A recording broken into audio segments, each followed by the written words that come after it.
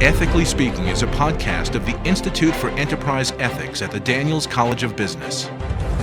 This is Dan Sweeney, the director of the Institute for Enterprise Ethics at the Daniels College of Business here on the University of Denver campus. This edition of Ethically Speaking deals with the lessons we might learn from the corporate ethics scandals of last year, 2015. It is based on a panel discussion hosted by the Institute on February 18, 2016. The discussion was led by my podcast partner, Paul Gibbons. Paul is an international consultant, founder of Future Considerations, a London-based consultancy serving the global financial services market. Paul is also the author of Science of Successful Organizational Change, published in 2014, a well-known public speaker, executive coach, and an adjunct professor at the Daniels College of Business. 2015 produced some of the most glaring and atrocious violations of enterprise ethics principles since Enron, WorldCom, and HealthSouth were manipulating their financial results. Bribery by FIFA officials, deception by VW executives, price gouging by pharmaceutical companies, and LIBOR rate manipulation by employees at numerous banks. Surely these scandals hide some important lessons for the rest of the business community. What went wrong, and what lessons can we learn from these corporate fiascos? Paul, we just finished quite an interesting discussion with quite a large audience, examining some of the lessons we might take away from the egregious corporate scandals of 2015. What struck you as some of the more interesting learnings that came up this morning for businesses that would like to avoid such scandalous behavior in the future? Well, Dan, thanks. One of the things I think is most interesting is that ethical issues don't just go away. They don't happen every decade, they happen every year.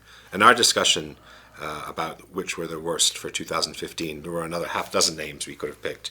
We could have picked, for example, price gouging and increasing the price of a drug by 750% when that was a life-saving drug. But we chose these three, and I think there are some common themes that came out. The one that strikes me that's a common to FIFA, to LIBOR, and to Volkswagen is whistleblowing. And where if the scandal touched 11 million cars, and teams of engineers who created the defeat device that was used to suppress emissions. Who had to know, and why did they say nothing about it? Similarly with FIFA, that had been in the press for a very long time, since the middle of the last decade, but how did that manage to stay out of the widespread public eye for a decade? And similarly with LIBOR, this is a practice that has been going on perhaps for as many as 20 years, and perhaps for even longer than that. And so again, with 150 rate fixings a day in a bank, and 14 or 16 banks involved in setting the London Interbank Offered Rate, LIBOR rate. How did that evade the attention of the people in the organizations that are sitting next to the people who are carrying out these malfeasance? Because it's impossible to believe that they didn't know. So if they did know, why didn't they say? And if they did say, why weren't they listened to? And if they were listened to, then why was nothing done at a senior and a board level? And so that for me is the whistleblowing, that chain of questions about whistleblowing is a common theme. One of our wonderful panelists, Bud Belanich, also talked about the shared responsibility that businesses have both for shareholder value and financial returns and serving the communities in which they exist, but also they depend upon for survival. And Bud said, and this is borne out by research, that it's in the long-term commercial interests of companies to also think hard about how they serve the communities, or in this case, how they do not abuse the communities. First, do no harm. Do not abuse the communities in which you serve. So Bud's point was extremely well taken. And I think the last point was raised by our legal specialist, Professor Claw, who said something that I think everyone should pay attention to, is we want companies to do more than the law requires and less than it allows. And I just want to underline that point, is our total of our responsibilities as ethical businesses or as ethical citizens are not described by the law. We have to do more than that. And so I think Bruce's point was very well taken. Paul, one of the most common enabling factors that came up in all three examples this morning was the impact that corporate culture had on these companies' behavior. What can an executive team do to make corporate culture a force for positive behavior rather than an enabler of malfeasance? Well, it's impossible to underestimate the importance of culture in these circumstances. When I investigated a rather small bank fraud by today's standards, $200 million at National Westminster Bank in England, they had controls in the middle office and the back office and the front office. They had internal auditors, they had internal compliance, they had middle management oversight and board oversight and executive level oversight. And then they had external auditors, the controller of the currency transparency. Somebody was looking at the hen house, but still, no matter how well guarded the hen house was, the fox got in. So it's my view, and I wrote an article to this effect back almost 20 years ago, you cannot build a good enough mousetrap. Human beings are very smart. So if that's the case, and I think and that's widely accepted, then how do you create the right kind of culture? And it's obviously a huge question, but it certainly begins with the sorts of people you hire. And it certainly begins with, of course, education and whether there's ethics education as part of your onboarding. And I know that the best organizations in the world do have week-long programs to onboard people, and not just about finding out where the bathrooms are, where the cafeteria are, and how to turn on your computer, but also what are the ethical values that we're committed to and what we expect of you as employees. So the best companies do that. Make sure that we're not incentivizing the mice to get around the mouse trap. And in the case of the LIBOR scandal, one of the gentlemen who's spending 11 years in jail, but the only person who's not doing any significant jail time as a result, I might add, made $5 million in his first 9 months at Citibank. Then his incentives were constructed such that it was purely in his financial interest to rig the system in his favor. And so if we want to have the right culture, we can't necessarily incentivize ethical behavior, but we want to make sure that our incentives don't run against the ethical standards and the ethical conduct we want. Good points. Paul, another factor that came up frequently, especially in the cases of Volkswagen and FIFA, was the impact of weak governance overseeing the behavior of an organization. What is the responsibility of the board of directors in protecting the company from such scandalous behavior? Well, Dan, we did talk about mice, and now we're going to go back to mousetraps and what are the structures that need to be created. So we've talked about how culture is underemphasized and how people think a new role or a new structure or a new process or a chief ethics officer are going to magically solve ethics problems, and we need it to be much deeper and wider than that into the culture.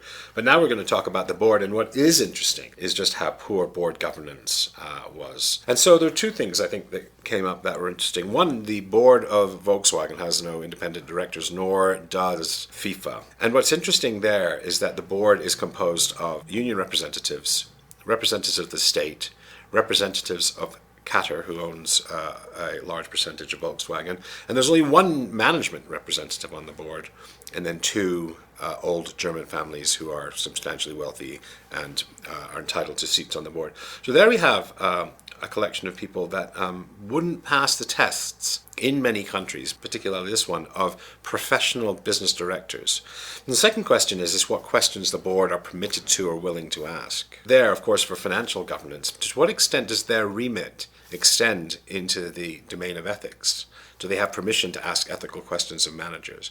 And I think you and I would both agree on this, we've discussed it many times, is that unless they have permission, unless they have oversight of ethics, and you could say they're the custodians or the stewards of the ethical culture of the company, and it needs to start at the very top. So there's no question that independent directors, mandatory term limits or rotation of directors.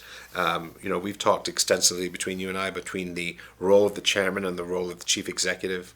In Europe, it's very important they're separate because the chairman is a check on the chief executive. He's in charge of reward and development and coaching and oversight of the chief executive and his function in running the company. And we think that's very important in Europe. I think it's something where perhaps you might say that Europe are slightly further along because it's a mandatory legal requirement in the UK that they be separate individuals. So there's no question that as we move into the third decade of this millennium, that's one thing for certain, is that global governance, the governance of the institutions that matter most to us, the number one car maker, the number one sporting organization in the world, the most important interest rate in the world, that we need to pay more attention to the people at the top. Good observations. Thanks. Paul, I know, because we've talked about it a number of times, that you spent a good part of your career in the LIBOR world in the 1980s. What was the environment in those trading markets that allowed traders to think that rigging those rates was not a bad thing to do? Well, in the 1980s, and I think investment banking and trading culture almost exactly the same as it was 30 years ago, there's only one thing that matters, is wealth. And so one of the traders who was in fact acquitted, he was a bond broker, said that I can't drink enough Penfold Grange and buy enough Gucci loafers. That's $700 bottle of wine and $600 shoes. And really that's a symbol of how we think about the value of a person. I know that sounds highfalutin, something like that, but wealth really matters more than anything else. And so with that as a backdrop, how much money someone makes and how much they display is the most important feature of the organizations, and it's represented by the culture. And so what you see in investment banks is, of course, people having highly leveraged rewards, which reinforce the culture I've just talked about, which is wealth is the most important thing. And they're not rewarded for anything, first of all, other than their P&L. They're not rewarded for behavior. They're not rewarded for developing people. They're not rewarded for ethical conduct. So the reward systems are incentives for them to make as much money as possible. There's no money. There are no free lunches.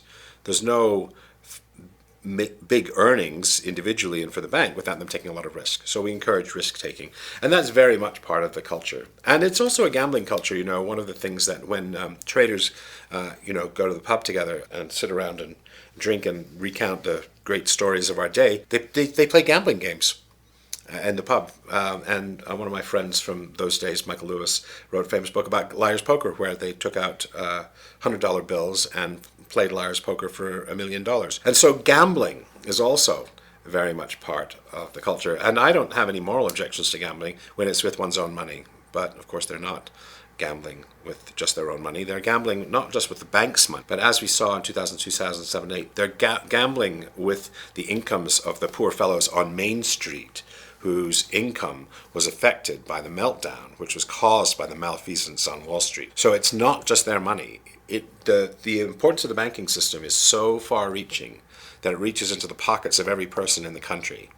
And so we have this culture which has, in my day certainly, contempt for ethics and contempt for anything that's seen as corporate, human resources, or any kind of formalism. So it's very much a culture of cowboys. And I think it has improved, and it's much more professional than it once was. But certainly culture is the kind of thing that takes generations to change. Very much, I think, that a culture that affected everyone, not just in the United States, but in the rest of the world during 2007, 2008. Do you think that that kind of culture is unique to these big financial services and banking organizations? Enron was famously similar. Had a very famous sort of investment banking-like culture. But yes, I do think it is a disease that's particularly rampant on Wall Street. The people who I first worked with, who were commodity traders and interbank traders and money market traders, were all people whose career earlier had been working in the markets of East London selling fruits and vegetables and things. The culture was very much rough and ready, very smart on my feet, quick thinking. I mean, they're very clever people. But certainly they wouldn't pass the test of anything like a professional attitude, an attitude of stewardship, a responsibility in one's community, a responsibility to the bank, and to employees. And, there was a lot of sexual and racial abuse. It was a very vulgar culture. I don't object particularly to swearing. I think that happens every second word, and I don't object to that. But alongside that were the kind of torrent of, in my day particularly, racial and gender abuse, the sort of which wouldn't be tolerated today. You'd be fired instantly for the sorts of things that we say. But that kind of cowboy culture is certainly part of, I think, the problem that we see. But I do think banks are special in this regard, with the only exception I can think of is Enron. I think that's a fairly common perception as well. That's why I asked the question. Good, thanks. Appreciate your perspective on that. My pleasure, Dan. Ethically Speaking is a podcast of the Institute for Enterprise Ethics at the Daniels College of Business.